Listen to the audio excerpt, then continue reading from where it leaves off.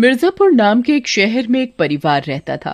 उस परिवार में एक बूढ़ी औरत, उसका बड़ा बेटा रमेश, बड़ी बहू रमा, छोटा बेटा महेश, छोटी बहू संगीता रहते थे।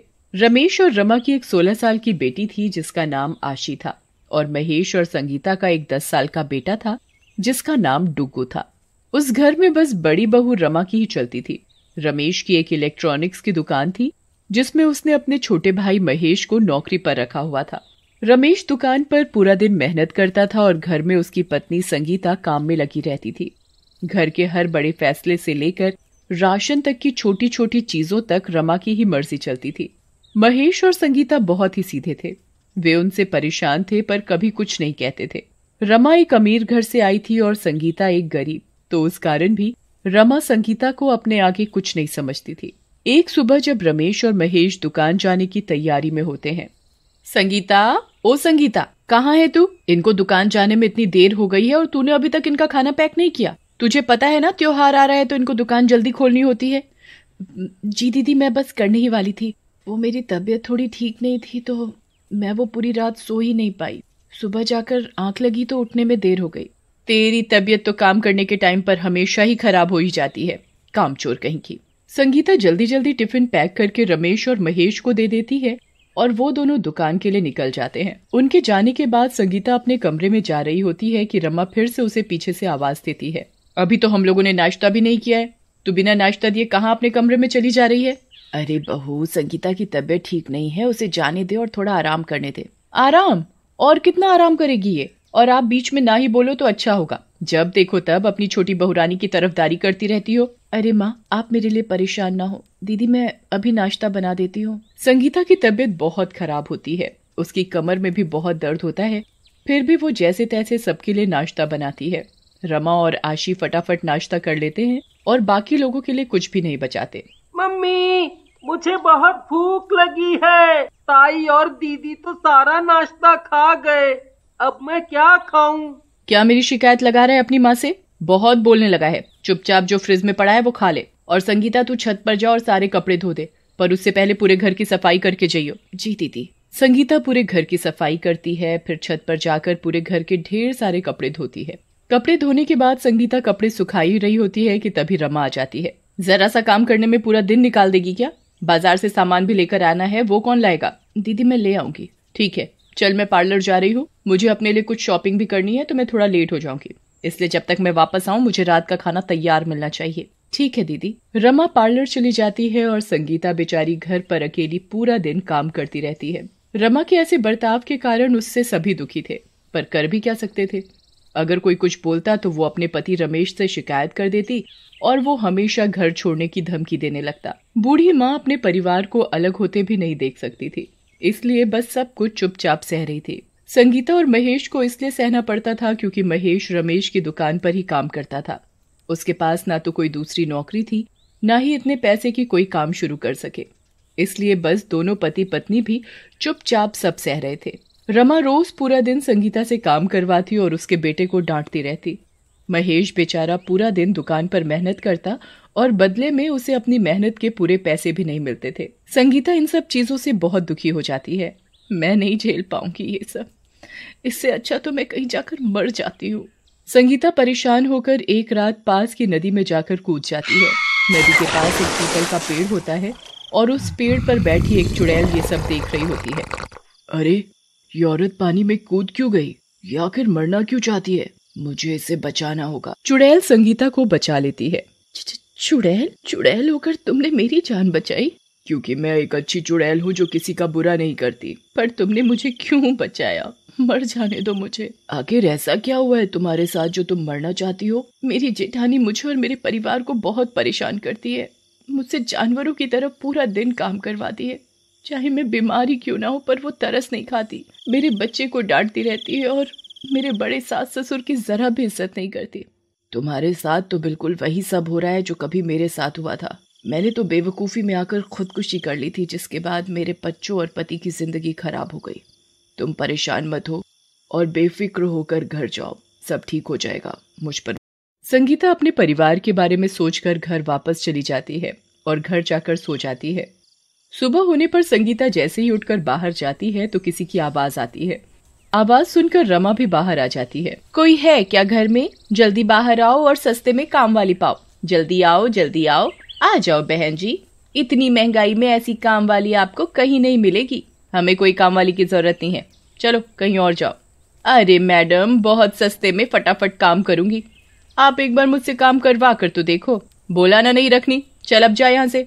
और अगर तुझे रख लेंगे तो ये मेरी देवरानी संगीता पूरा दिन बोर हो जाएगी। अच्छा तो मैडम, मैं सिर्फ आपके काम करूंगी और आपकी देवरानी संगीता का कोई काम नहीं करूंगी। मैं सब कुछ करूंगी, जैसे हाथ पैर दबाना, मालिश करना। मैंने तो पार्लर का कोर्स भी किया हुआ है। मैं सब काम घर पर ही कर दूंगी।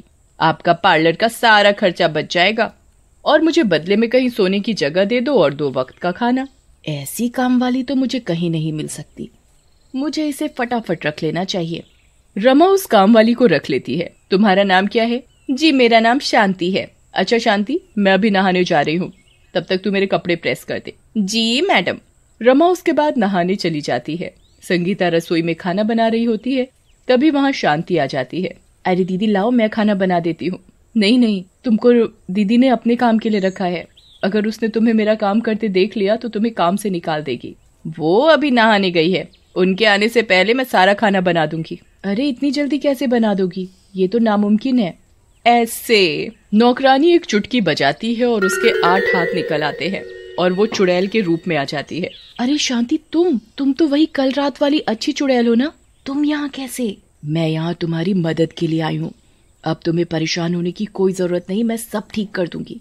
चुड़ैल अपने एक हाथ से आटा लेती है, एक से आटे में पानी डालती है तो एक हाथ से उसे गूंथ देती है। दूसरी तरफ एक हाथ से वो सब्जी काट देती है तो एक हाथ से कढ़ाई में तेल मसाले डाल देती है और एक हाथ से सब्जी चला रही होती है और बाकी के 2 हाथों से वो फटाफट पराठे बना देती है। संगीता ये सब देख बड़ी हैरान होती है, पर उसे खुशी भी हो रही होती है कि अब उसके साथ उसकी मदद के लिए कोई है। तुमने तो मेरा सारा खाना बना दिया, चलो अब मैं जाकर सफाई कर देती हूँ। अरे मैं हूँ ना, अब तुम्हें कोई काम करने की जरूरत नहीं।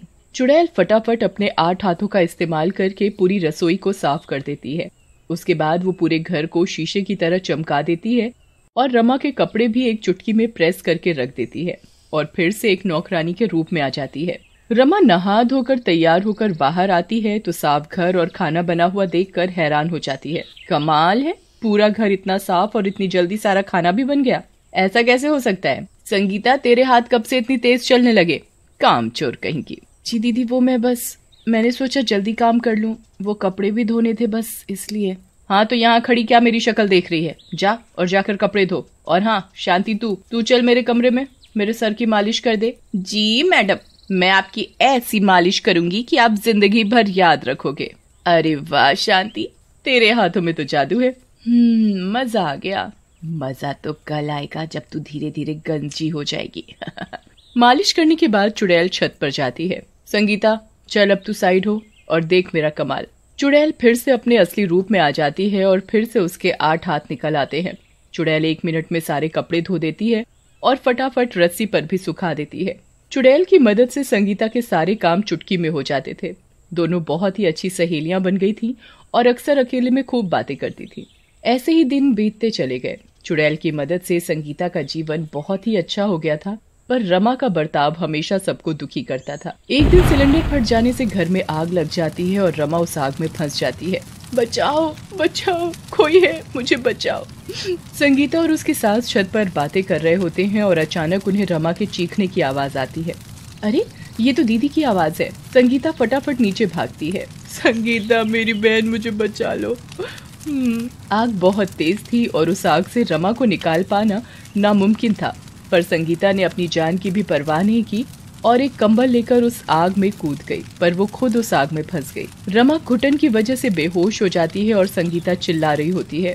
शोर सुनकर वहाँ चुड़ैल आ जाती है और एक चुटकी में आग बुझा देती है, पर उस आग में संगीता के हाथ जल जाते हैं। थोड़ी देर बाद रमा होश में आती है। संगीता, मैंने हमेशा तेरे साथ इतना बुरा किया, फिर भी तूने मेरी जान बचाई। तेरे तो हाथ भी जल गए, आज तूने अपनी जान की भी परवाह नहीं की। मुझे माफ कर दे संगीता, अब से मैं तुझे अपनी छोटी बहन की तरह रखूंगी। उस दिन के बाद रमा बिल्कुल बदल गई। सारी बात जानकर रमेश भी बदल जाता है और सभी हंसी खुशी साथ रहने लगते हैं। चुड़ैल को एक अच्छा काम करने की वजह से मुक्ति मिल जाती है। बहुत समय पहले की बात है, जब माधवपुर नाम के एक रेलवे स्टेशन पर सरिता चाय वाली चाय की टपरी लगाती थी। उसकी चाय बड़ी ही मशहूर थी। जब कोई ट्रेन स्टेशन पर आकर रुकती, तभी सब लोग सरिता की चाय की टपरी के आसपास भीड़ लगा लेते थे। अरे भैया, ऐसे ही थोड़ी यहाँ इतनी भीड़ लगी हुई है। इनकी चाय पिए बिना तो यहाँ से ट्रेन भी नहीं खिसकती। अरे बहन, बस करो, इतना तारीफ भी मत करो मेरी। अक्सर एक मधु नाम की औरत उस रेलवे स्टेशन पर पापड़ बेचने आती थी, पर उसका ध्यान हमेशा सरिता की चाय की टपरी पर रहता था। उसको सरिता की चाय की टपरी पर इतनी भीड़ देखकर बड़ी चिढ़ होती थी। मेरे पापड़ तो कोई भी नहीं खरीदता, सब लोग बस चाय चाय चाय। हद हो गई है सबकी। ये औरत एक ही दिन में इतना कमा लेती है कि पूरे महीने में भी मैं नहीं कमा पाती। मुझे भी अब कुछ और काम करना पड़ेगा। क्यों ना वैसे भी चाय की दुकान ही खोल लूं। मधु को ये ख्याल तो आ जाता है, पर वो सोचती है कि सरिता की चाय के आगे आखिर उसकी चाय कौन पिएगा ही। फिर भी मधु अपनी अलग से वहीं सरिता के पास एक चाय की दुकान खोल लेती है। सरिता ये देखकर बड़ी हैरान होती है, पर उसे कोई फर्क नहीं पड़ता। अरे मधु, तुमने पापड़ बेचना बंद कर दिया क्या? हाँ, तो क्या चाय की दुकान बस तुम ही लगा सकती हो? क्या कोई और चाय की दुकान नहीं खोल सकता? वैसे भी मैं बड़ी अच्छी चाय बनाती हूँ। मुझे तो पहले ही चाय की दुकान खोल लेनी चाहिए थी, पर मेरे पति की वजह से अब तक मैं पापड़ ही बेच रही थी। अरे, मुझे तुम्हारी चाय की दुकान खोलने से कोई भी दिक्कत थोड़ी ही है। अच्छी बात है, तुम कोई भी काम करो। अब सरिता और मधु दोनों की आसपास चाय की दुकान खुल जाती है। थोड़ी देर बाद वहाँ स्टेशन पर ट्रेन आकर रुकती है और ट्रेन से लोगों की भीड़ नीचे उतरने लगती है। भीड़ को देखते ही मधु बड़ी खुश होती है और अपने पास बुलाने लगती है। आओ आओ आओ, अरे जल्दी आओ, गर्मा गर्म चाय पियो। ऐसी चाय आज तक नहीं पी होगी। एक चुस्की में ही पूरी थकान मिटाने वाली चाय बस मधु की दुकान पर ही पाएं। सब लोग मधु की दुकान की तरफ देखते हैं, पर सब के सब सरिता की चाय की दुकान पर ही जाते हैं। ये देख मधु को बड़ी बेइज्जती महसूस होती है। उसे सरिता पर बड़ा गुस्सा आने लगता है। अरे, ये सारी की सारी भीड़ सरिता के पास ही जा रही है, मेरे पास तो कोई भी नहीं आ रहा। इतने में मधु की दुकान पर एक आदमी आता है। अरे बहन जी, जरा एक कप चाय तो देना। हाँ हाँ भाई साहब, अभी देती हूँ। मधु अपनी दुकान पर पहला ग्राहक देखकर बड़ी खुश होती है और उसको एक कप चाय बनाकर देती है। वो आदमी चाय पीते ही गंदी सी शक्ल बनाता है। छी छी छी, ये कितनी गंदी चाय है। न चाय पत्ती, न दूध और न अदरक, एकदम उबला पानी दे दिया है क्या? अरे नहीं भाई साहब, मैंने तो अच्छी चाय बनाई है और इसमें तो सब कुछ डाला है। वो आदमी मधु की एक नहीं सुनता, उल्टा उसे सुनाकर वहाँ से चला जाता है। सरिता और उसकी दुकान पर खड़े सभी लोग ये देख बड़े हैरान होते हैं और आपस में बातें करने लगते हैं। अब हर रोज मधु के साथ यही होता है। उसकी दुकान पर कोई नहीं जाता और जो भी जाता है वो उसकी चाय को बेकार ही बनाता है। अब जब हर दिन मधु के साथ ऐसा होने लगता है तो उसे सरिता से नफरत होने लगती है। इस सरिता की वजह से मेरा नुकसान हो रहा है और कोई कमाई भी नहीं हो पा रही। पापड़ का काम भी बंद हो गया। अब वापस से वही काम शुरू करूंगी तो ये सरिता मेरा मजाक उड़ाएगी। अब तो मुझे चाय की दुकान को ही चलाना पड़ेगा और इसके लिए मुझे इस सरिता की दुकान को बंद करना पड़ेगा। पर ये होगा कैसे? मधु इस बारे में बहुत सोचती है और आखिर में उसे एक आइडिया आ ही जाता है कि क्यों न वो सरिता को चलती ट्रेन के आगे धक्का दे दे। बस फिर क्या, वो ऐसा ही करती है। एक दिन जब सरिता अपनी दुकान पर चाय बना रही होती है, तभी मधु अपना काम शुरू कर देती है।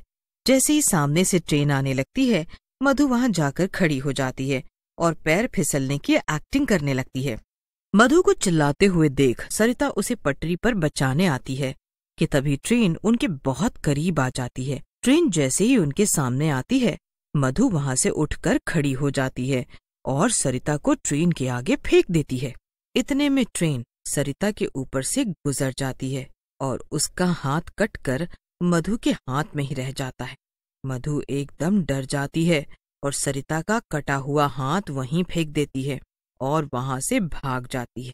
उसके बाद मधु सीधा अपने घर वो रात को सोने की कोशिश करती है, पर बार बार सरिता का कटा हुआ हाथ उसे अपने हाथ में महसूस होता है। ये सब क्या हो रहा है मेरे साथ? हे भगवान, मेरी रक्षा करो। अगले दिन मधु बड़ी ही कश्मकश में होकर उठती है और रोज की तरह अपनी चाय की दुकान लगाती है। मधु का पूरा ध्यान चाय बनाने में होता है, पर उसे अचानक ऐसा महसूस होता है कि साथ वाली दुकान में कोई बैठा है। मधु घबराती हुई साइड में देखती है तो उसके होश ही उड़ जाते हैं। वहां उसे एक चुड़ैल चाय बनाती हुई दिखती है। मधु एकदम डरकर चिल्लाती है कि तभी वो चुड़ैल गायब हो जाती है। उसके बाद सामने ट्रेन आकर रुकती है। आओ आओ आओ, गर्मा गर्म चाय पी लो, एकदम कड़क, जो सबकी थकान मिटा दे। मधु आवाज ही देती रह जाती है और उसकी आंखों के सामने साथ वाली दुकान से एक लंबा हाथ ट्रेन की खिड़कियों की तरफ बढ़ता है, जिसके हाथ में चाय का कप होता है। मधु जब देखती है कि वो किसका हाथ है तो इस बार जाकर उसे अपनी आंखों पर यकीन नहीं होता है। ये तो वही चुड़ैल है, ये तो वही हाथ है जो कल रात। नहीं नहीं, ऐसा नहीं हो सकता, ऐसा नहीं हो सकता। क्या हुआ मधु, इतनी परेशान क्यों लग रही हो? चाय पियोगी? लो, एक कप चाय तुम भी पी लो, तुम्हारी सारी थकान मिट जाएगी। चुड़ैल अपना लंबा हाथ मधु की तरफ बढ़ाती है और उसे भी एक कप चाय देने लगती है। मधु वहां से भागने लगती है। भागते भागते वो रेलवे स्टेशन के बाहर आ जाती है, पर वो लंबे हाथ वाली चुड़ैल की चाय उसका पीछा नहीं छोड़ती। मेरा पीछा छोड़ दो, मुझे जाने दो, मुझे जाने दो। अरे, ऐसे कैसे जाने दूं? तुमको तो ये चाय पीनी ही पड़ेगी। नहीं नहीं, नहीं पीनी मुझे ये चाय। मधु पागलों की तरह भागती रहती है और सीधा अपने घर जाकर सांस लेती है। वो जल्दी से घर के अंदर जाकर अंदर से दरवाजा बंद कर देती है। मधु सीधी अपने कमरे में जाकर दरवाजा बंद करके सो जाती है। पूरी रात वो करवट बदलती रहती है, पर सुबह जाकर उसे गहरी नींद आ ही जाती है। सुबह फिर उसे किसी की आवाज आती है, चाय। चाय शब्द सुनते ही मधु की हल्की सी आंख खुलती है। उसे अपने सामने एक चाय का कप दिखता है और एक हाथ। मधु तो बस इतने में ही जोर से उस कप में हाथ मारती है और सारी गर्म चाय उसी के हाथ पर आकर गिर जाती है। माँ, ये क्या किया आपने? ये सारी चाय क्यों गिरा दी?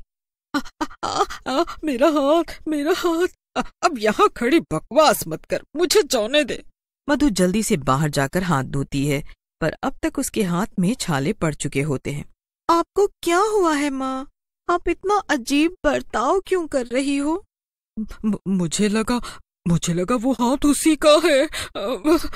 किसका माँ? वो उस चुड़ैल का।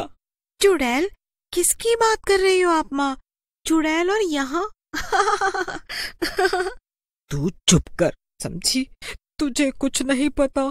मैं जा रही हूँ, अभी तू घर संभाल लेना। मधु बड़ी ही डरी हुई होती है, पर वो कैसे भी हिम्मत करके अपनी चाय की दुकान खोलने जाती है।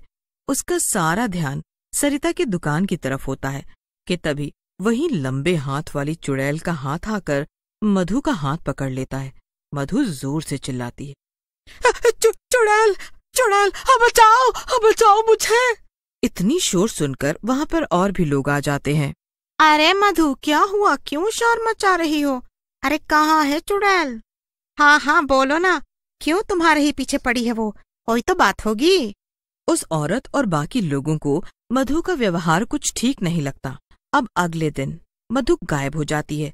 वो कभी दोबारा अपनी चाय की दुकान नहीं खोलती। उसके बाद लोगों का शक यकीन में बदल जाता है। वो कैमरे में उस दिन की रिकॉर्डिंग निकलवाते हैं जब सरिता ट्रेन से कटकर मरी थी। रिकॉर्डिंग में साफ दिख जाता है कि ये सब मधु का ही काम है। कुछ दिनों बाद जब मधु वापस अपनी चाय की दुकान को वहां पर लगाने आती है तो लोग गुस्से में उसके पास आते हैं और उसे बताते हैं कि उन्हें सब पता चल चुका है। मधु इतनी बातें सुनती है कि फिर कभी उस रेलवे स्टेशन पर वापस ही नहीं जाती, पर वो चुड़ैल का लंबा हाथ उसका कभी पीछा नहीं छोड़ता। आजा मधु, आजा, एक बार मेरे हाथ की चाय पी ले बस। नहीं।